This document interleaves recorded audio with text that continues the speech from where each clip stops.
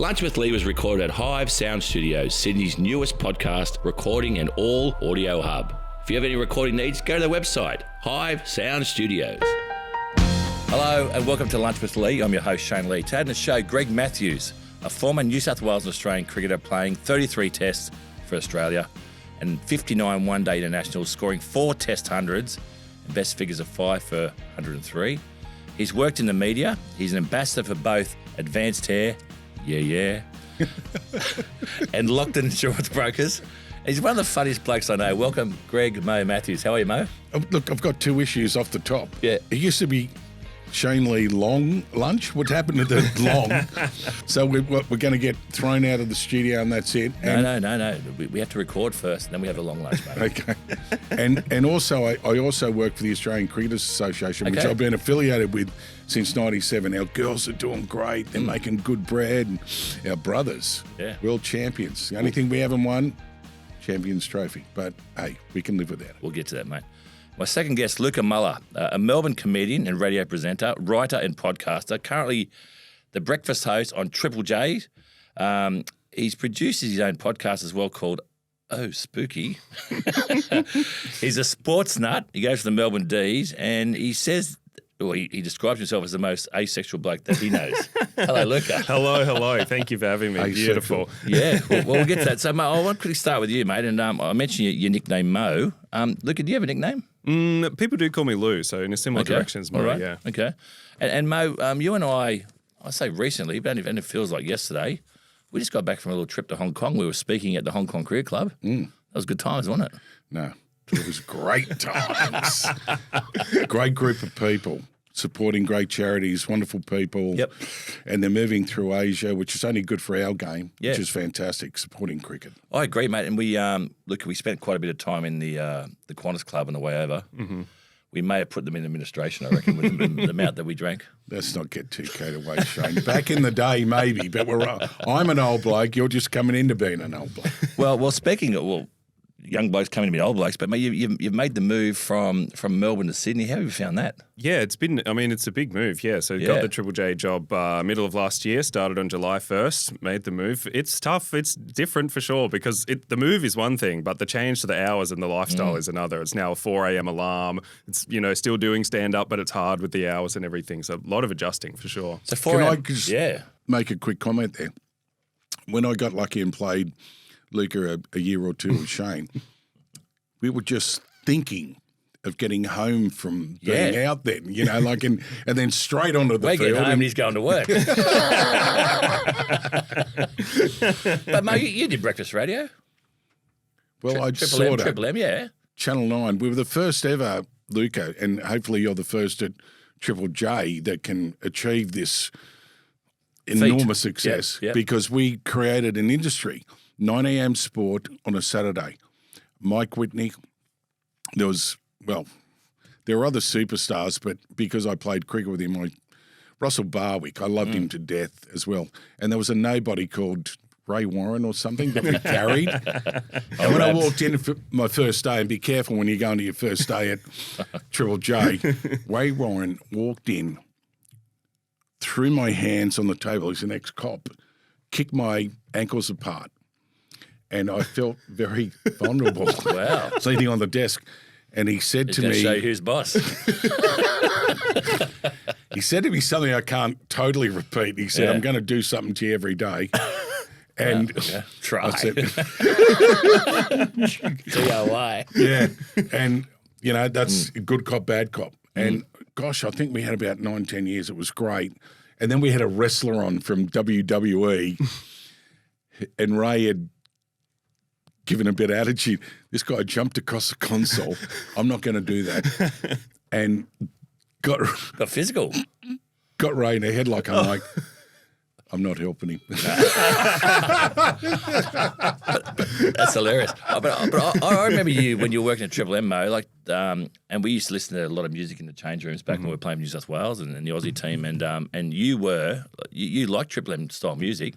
Triple J music for you, is that your style? It is, yeah. There's definitely Good a lot answer. Telling the corporate. You do got to say it. Get trained to say these things, you know. Yeah. There was definitely a lot of stuff when I started working. It's like, what is this? Who are they talking about? But you catch up and get up to speed. And, you know, there's a lot of good shit in there, yeah. But a pretty different direction to the Triple M stuff, you would have to say. And obviously the next question is, Triple J used to be so left field back in my day. Yeah. And what are you, 25, 26? You look like a young punk. What a compliment. 31. This 31. is beautiful. Fresh, the world's mate. been good to you. Yeah. European skin, clearly. Give him a couple of years at 4 a.m. wake up. Start looking like us. Also, I think compared to you blokes, a bit less time out in the sun and, you know. But it's amazing how that double J and then Triple J's come into play. And ABC, the whole 15 yards. The politics going to affect what you do? It'll be interesting to see, really. Obviously, that's what you hear. The Liberals obviously have less time for the ABC Triple J in particular, is what people seem to say. So I guess we might have to wait and see. But our bosses seem pretty confident that it doesn't affect, or that at least doesn't come into effect that quickly. You know what I mean? If there's a change of government, it might be a couple of years before you start to see the changes trickle down. So fingers crossed, we'll see. Does that mean we've got to get up at 4 a.m. to listen to this cat? I know it's 6, but we can just ring him and bag him and give him ideas to carry the show like the number one podcast in Australia, Shane Lee, Long Lunch. Yeah, this sounds good. The production meeting starts at 5. What if I get you boys on speakerphone? We can all just riff it out together. We're always there, mate. Yep. Just getting home, mate. So I'm not sure what you'll get, but I know you love your sport, Luka. Watching the recent ICC Cricket Championship, India won. I have, yeah. Shame to see us fall out like that. And if I can say not to complain too much, and obviously I'm aware of the company that I'm in, but I couldn't help but notice that Mo's intro was sort of based on his stats and 400s for Australia, and me was more on the media career. Leaving out my D grade career. Top score here we go. Okay, what's your high score? Top score of 86, not out. So wouldn't hate getting that maybe out to the world just in case anyone's recruiting. Did the captain declare on you, or you just run out of partners? No, we chased it down. That was there us. You go. Superstar. I know. Mo, did you watch the recent thing? It's a bit of I'm sensing when you came in the Australian team, it was after, guys when you were there, but you had guys like Lilly, Chappell and Marsh retired. I'm sort of sensing that sort of changing the guard now. You got Cummins, obviously he's going to be there for a bit, but the fast bowlers, Cummins, Stark and Hazelwood didn't play. Bit of a changing of the guard from the Aussie teams, at least on the bowling side. I'd like to see it more on the batting. Yeah, okay. We've got a great bowling attack. And Luka, when I was playing, you kind of got to 30 and it was like... You're old. Mm-hmm. Yeah. Well, they made Dean Jones retire at 32 because he's too old.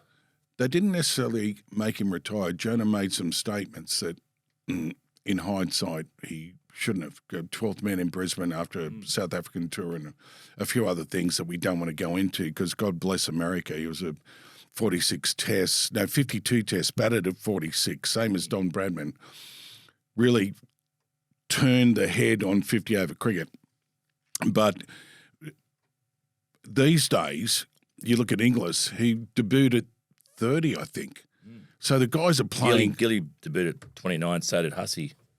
Yeah. So these guys would play until they're now because of diet and there's more people in admin that are going with the team that when I went to India in 86, Mate, we how had many one fucking physio. support staff do they have? And no swearing. I know. Come on, my It's kids are fucking listening to this show. show. No, they won't. But I did not concur because in Cummings' case, his career really didn't start to 25. Glenn McGrath started at 21, never played, made 35. All these quick bowlers today, Hazelwood, small concern. But these three guys will be around for a minimum unless he's got that American opportunity with the T20 and he's one of the greatest leaders I like him. in the history of Australian cricket. Mm-hmm. The calm that he's brought after Langer with McDonald is very special. Everyone just goes out there and does their stuff. And the tribe's allowed in, the kids. He's taken time off. If it was an Ashes series, sorry to bag the three quicks that are out, but dare I say they would have played. Yeah, I agree. I don't know that the Champions Trophy is number one. Really interesting what you said on Pat Cummins there is that he's a modern day leader, isn't he? The way that he deals. Fantastic modern day leader. He is, and you would see this as being a modern day guy, right? You said you're only 31, and the way that the corporate world's changed, and the way that you got to handle people within in a corporate environment is significantly different from when I started working. And playing. I mean, just from the story we heard before, it is different in the offices in the radio world. It seems like, yeah, totally. He's very modern and really encompasses all of that, like moving into the modern age, whatever it might be. He's got it, doesn't he? He does, mate. Now, Mo, I mentioned us going to Hong Kong at the start of the show, and you told a story over there which I'm still laughing at. But oh dear. You told me lots of stories, and some I won't. You told me a few. Be careful. I know you can edit this show. No, but you told a story about Australian cricket team. You're in London for the Ashes, and you got to meet the Queen. What happened there? Great. I'm like, you love Lizzie. Great woman. Yeah. I embarrassed myself out in the field, and unfortunately, because the ignorance of my fellow brothers in 85, and I say that out loud. There were 16 of us on tour. 4 could have a private audience, Luka, with the Queen. Wow. I'm straight up. Yeah. Even after my embarrassments on the field, licking your hand, we won't go down there. That's the bit I want to hear. No, well, look, the short story is I got to sit next to the Queen for 40 minutes. And I was amazed that of the 13 guys that were available, only 3 put their hand up. She was a great woman that made you feel like you were talking to your next door neighbour. Really special human being, longest serving, like AB, 93 tests. Yeah. I don't think she had 93 years. Did you ever lick AB's hand? Maybe you should have. I just wanted to get close enough to lick his hand. He didn't like me. He did not like me. And it hurt me big time. Surely you've got to tell the hand licking story. Getting a snippet of it, a teaser without the full story, makes it sound worse. People assume the worst. Luka, I think it's more important we hear about Triple J and supporting the ABC and your show, Breakfast, which you're making huge demands on yourself at getting up at, what is it, 4 a.m.? 4 a.m. 4 a.m. Oh, so the commercial stations get up at 3. So that's another slack on ABC. Us slackers over at the ABC. Look, I was listening to a couple of your stand-up routines, and one that really grabbed my attention. I mentioned you sort of described yourself as asexual at the start, but the bit I couldn't stop laughing at was the fact that you said, and you're 31 now, but in your late 20s. You had your first ever wet dream. What's fucking going on there, mate? You need to get out more. Luka, I was 15. 20. How old? 21. I would have been, well, as the story goes, as you would have heard, Shane, I just need to take a moment as well to reconcile the fact that, 2 great Australian cricketers, I'm now speaking to them about my wet dream that I had in my mid to late 20s. Hang on a minute, only one great Australian cricketer. 2 World Cup wins, this guy. I did nothing. And that's Shane. Yeah, I don't know. I have no explanation. No doctor has ever offered anything. Never had it. Obviously, you learn about it quite young in school and you go, all right, can't wait for that. Sounds all right. When are we getting into that? Just quickly, did you learn about that at school, wet dreams? I never had that option. No. So you were young, 31. You're 50. I learned about the hard way.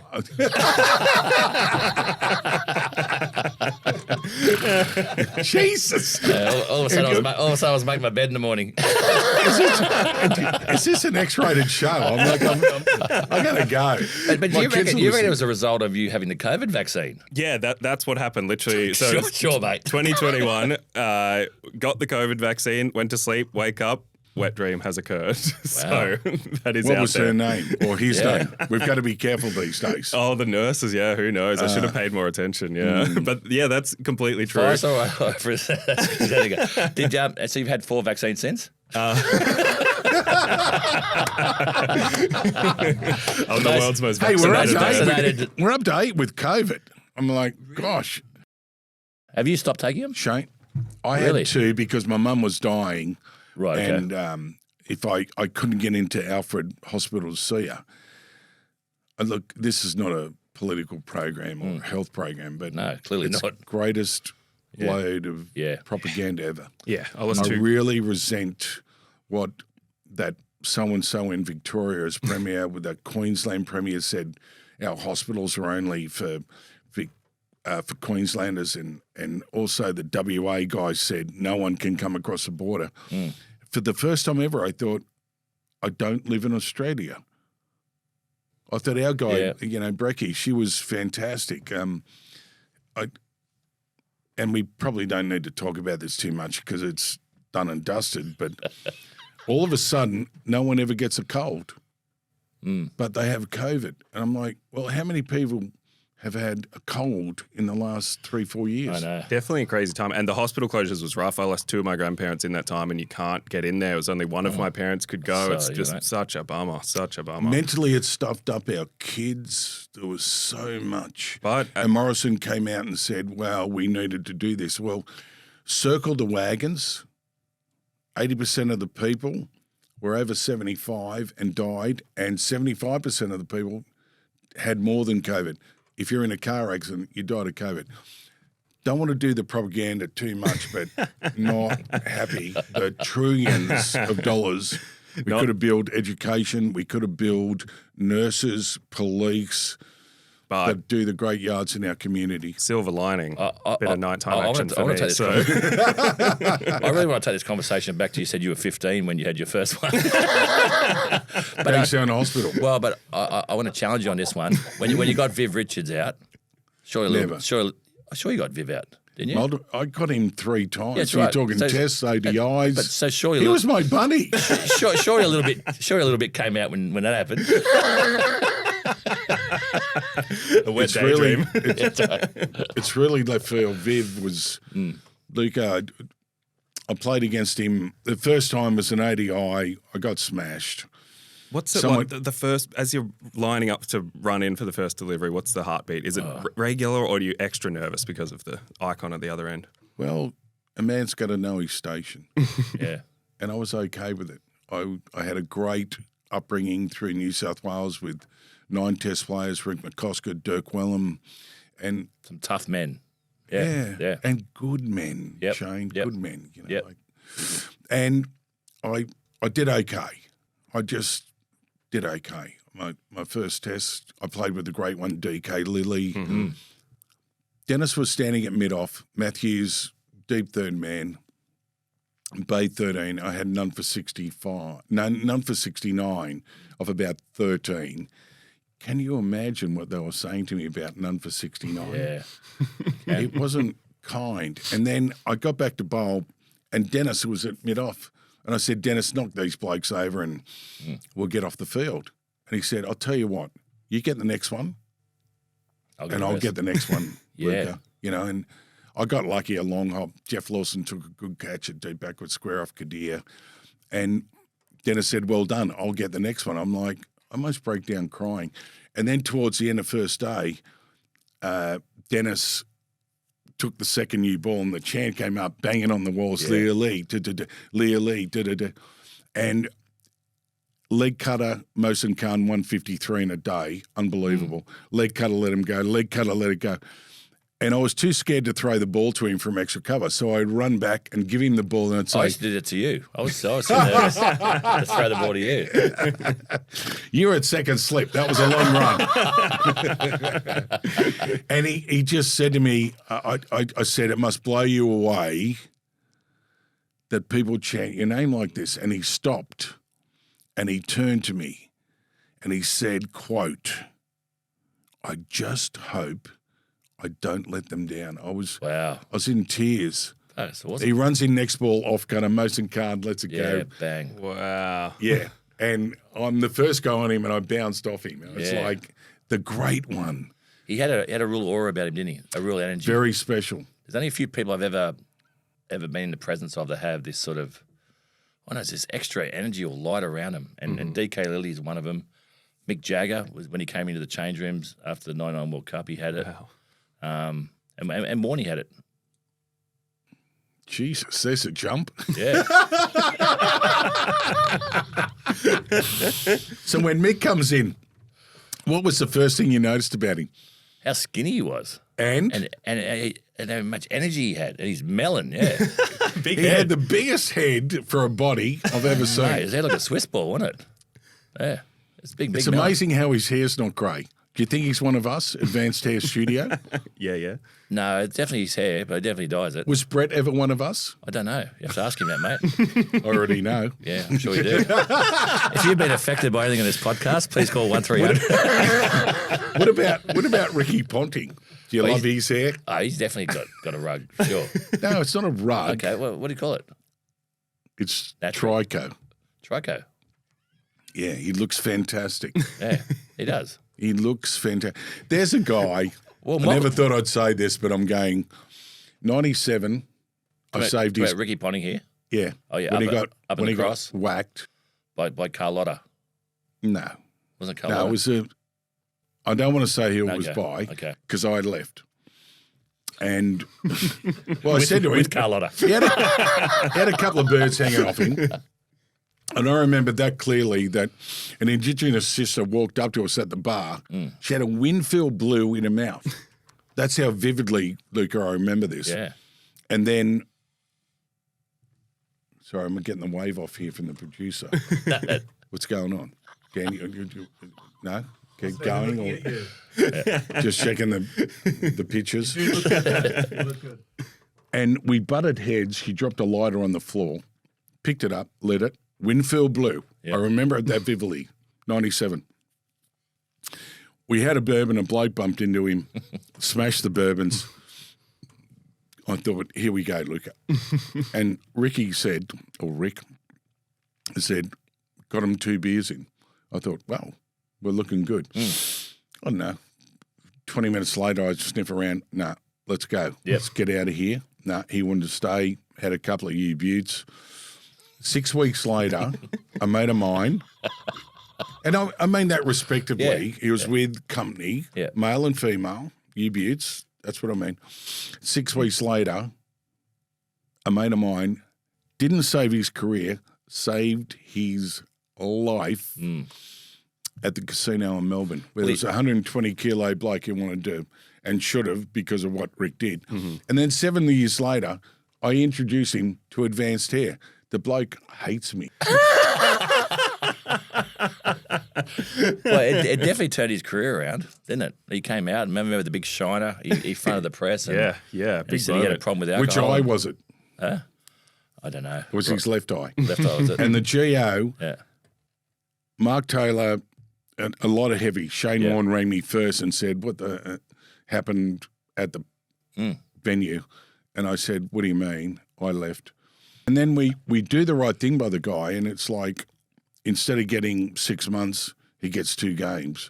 And 6 weeks later, his backside gets changed by a really good mate of mine who was going to take on this very big Croatian man. Oh, no, Scandinavian man. Yeah.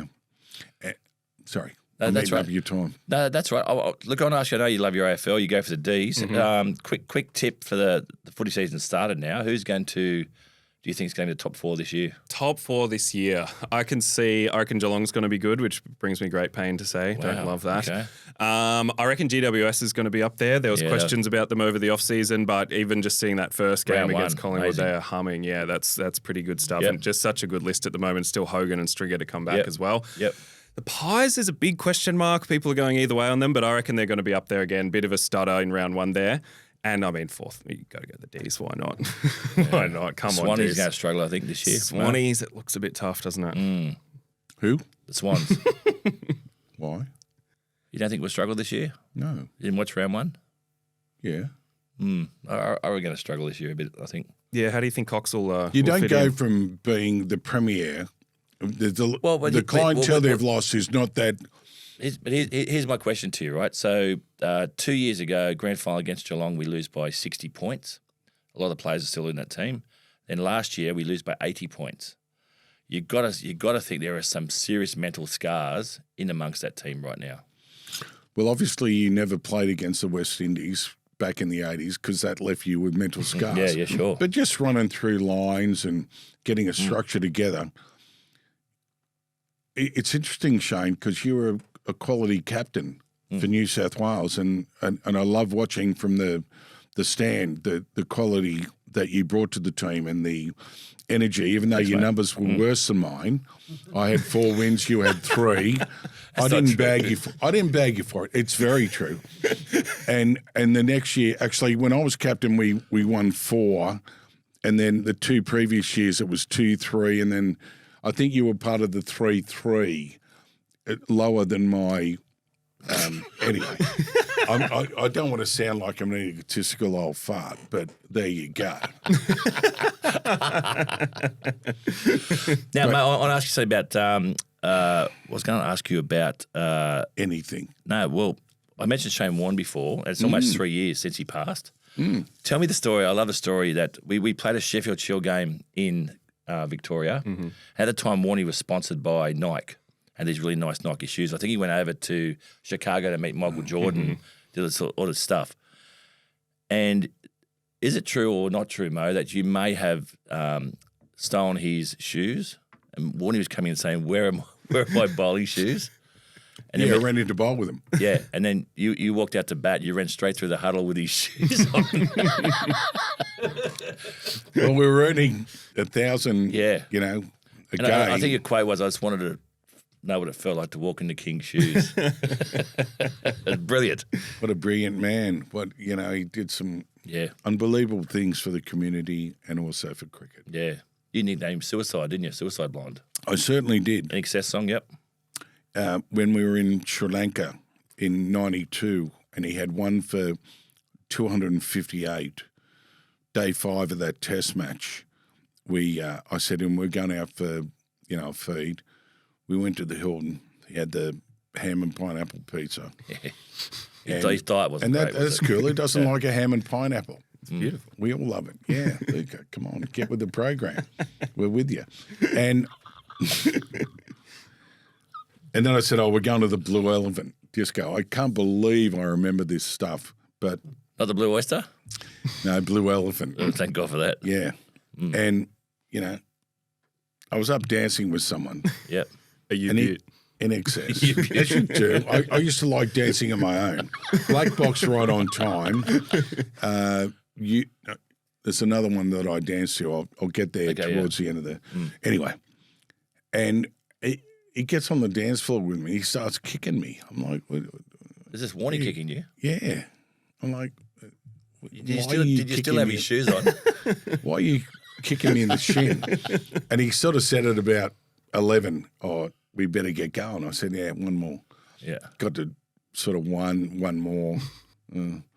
Got to 3. He said, geez, we better go. I said, one more. We left at 4. Turn up the next day. That was it. I was the first over before lunch. I'm screaming at Alan Border, you got to bowl the kid. Yeah. You got to bowl the kid. The Sri Lankan captain helped me out. Ranatunga, well done. Thank you. Yep. And he just peels 11 off. And I'm like, I said to AB at lunch, you got to bowl the kid. I was doing okay. And, well, I was. And it was, I think, the only time I was named man of the match in the game and in a test match. And he came on, and the short story is Sri Lanka declared 7 for 507. Luke, I want to bring you in here. I'm just taking up too much time. No, please. I'm killing you. I'm like, you're the superstar. You're working for Triple J. These are the stories you dream of hearing. This is incredible. And AB says when we're walking off for the first innings declaration, 7 for 577, he said, I would have batted on. I said, I concur. And when you saw the last 3 blokes that came out in the second innings, you knew why they declared 7 down. Not bad. Because they wouldn't have played 5th grade as an opening bat. Jeez. And that's not to bag suicide. I've still got the ball. Have you? If I had a known we were on camera, I would have brought it in to show you suicide for... Amazing. Yeah. It's just a sad loss. Look, you've brought out your own YouTube special at the moment. So Yes, indeed. what's it called? Where can people find that? It is, a taped version of the show I did at comedy festivals all around last year. It's called 5 Top Smells I Smelled Before. It's, I mean, it's silly, it's jokes and stories, but it is based around smells. 5 top smells. Okay, that I Mo, smelled give me your before. top 3. Bourbon. Bourbon's one of them. That is a show. 5. Come on. Yes, Hit and- me with the top 5. Well, you got to watch the show. It's a little bit of spoilers, we might Okay. get into it. But it was a scratch and sniff. And if people do want, Scratch and sniff. there's scratch and sniff cards that go along with the show. And Scratch them and smell them. Yeah, that's cool. yeah, so people I buy like them. bubble gum at school now. I'm assuming that's, but Yeah, that's the but technology. I'm thinking bourbon and a few other things that's coming to mind at the moment. I went through absolute hell to get these scratch and sniff stickers made to go along with the show. And obviously, when it was live, you just put them on people's seats and they're there and they do it as the show happens. But now people buy them and I mail them to them and stuff. It's cool. Wow. And then they send me photos of them scratching and sniffing in their lounge rooms or whatever. It's a 3D is it experience. Like those OnlyFans that some bird farts in a jar and sells that? Is it? Well, no, that's after. What are we so talking about he here? puts them on the seat, and if they sit on them, And all of a very sudden, different. Yeah. because back Scent in our day, afterwards. Shane, there was those fart squeezers. Yeah, was that? So what are the fart squeezers? Fart squeezers. Yeah, you'd squeeze it and it smelled like a. Really? Oh, okay. Before your time, you're only 40, of course. I forgot. Yeah. The fart squeezes. Fart squeezers. Oh, we'll look those up online. Hey, I'm Googling it now. I want to ask you just a quick, serious cricket question, Mo. Steve Smith. Serious. Yeah, A Steve. serious question. Yeah. Luka, back me up. All right, it's getting real now. Steve Smith just retired from one-day cricket. He'll soon retire from Test cricket. Where will he go down in greatest Australian batsman of all time? I'll just throw some names out here. Bradman, Ponting, Greg Chappell, Steve Waugh, Matthew Hayden. Where's he going to sit amongst them? Go through that list again because you've missed one. I said Bradman, Ponting, Chappell.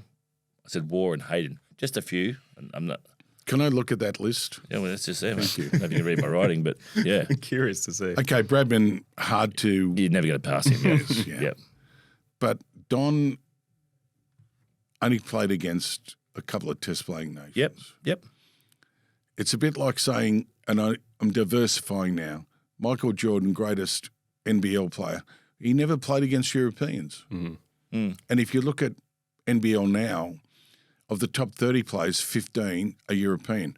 So when I turn that around back at you and you make the names, in my humble opinion, and it's very humble because I've missed Border off there, by the way. Boom! Found it. Yep. AB. Yeah, he played in a decade where, Fastest West Indian quicks of all time. as Richard poor a Hadley. captain Yeah. as Alan was, Yeah. his playing ability Yeah. was phenomenal. And he played in a losing team too, which is not easy against some great bowlers. Well, if Luka wasn't here, we'd take up the half an hour talking about that. But the Geo in the 80s, Hadley, both them, Akram, Imran Khan, West Ian Indies. Botham. Yep. Yeah, the 80s was the greatest decade in the history. Yep. And he batted at 50. He batted at 40 against the West Indies. And the incredible irony is that Dean Jones holds a record at batting at 42 as the best numbers against the West Indies. I didn't know that. Wow. Well, that's why I'm on your podcast, to enlighten you, encourage There's you. a glass of red for you too, Mo. Well, I was thirsty. I asked for water. But the Geo, Alan, in my humble opinion, was easily the second best batsman in the history of the game. Greg Chappell was pretty and you beaut.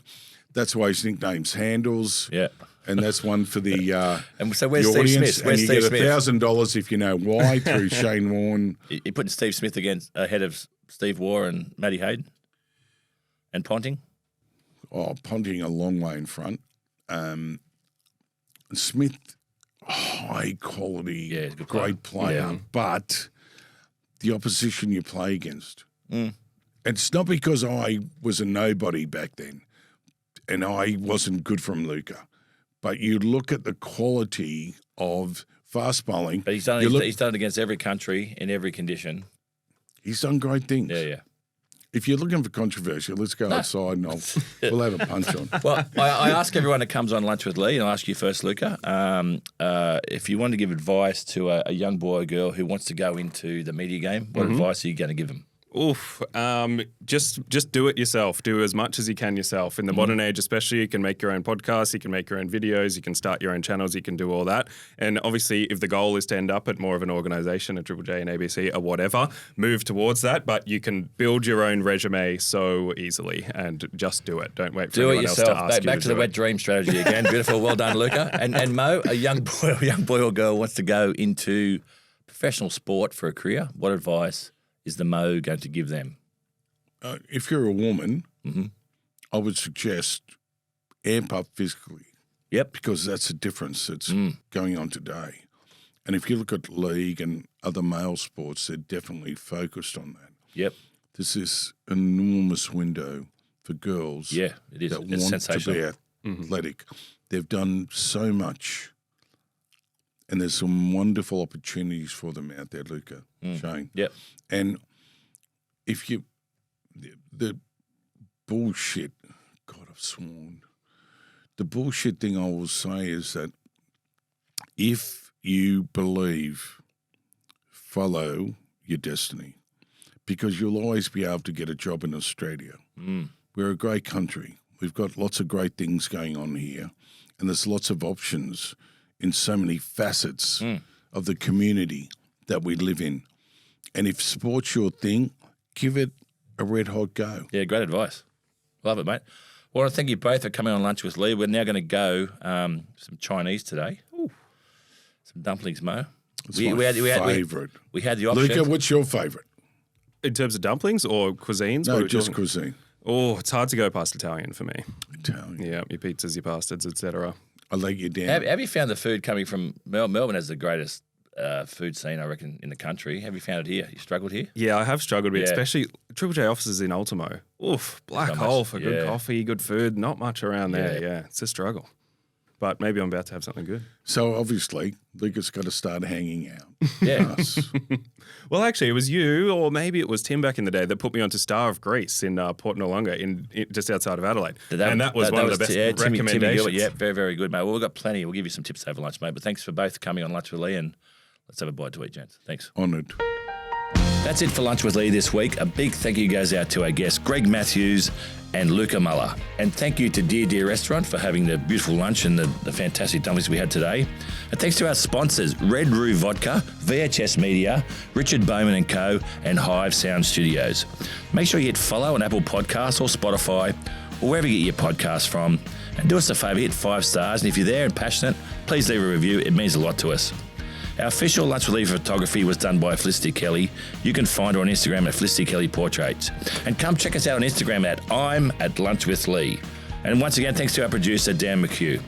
We'll be back next time for some more cracking episodes on another fantastic episode of Lunch with Lee. We'll see you then.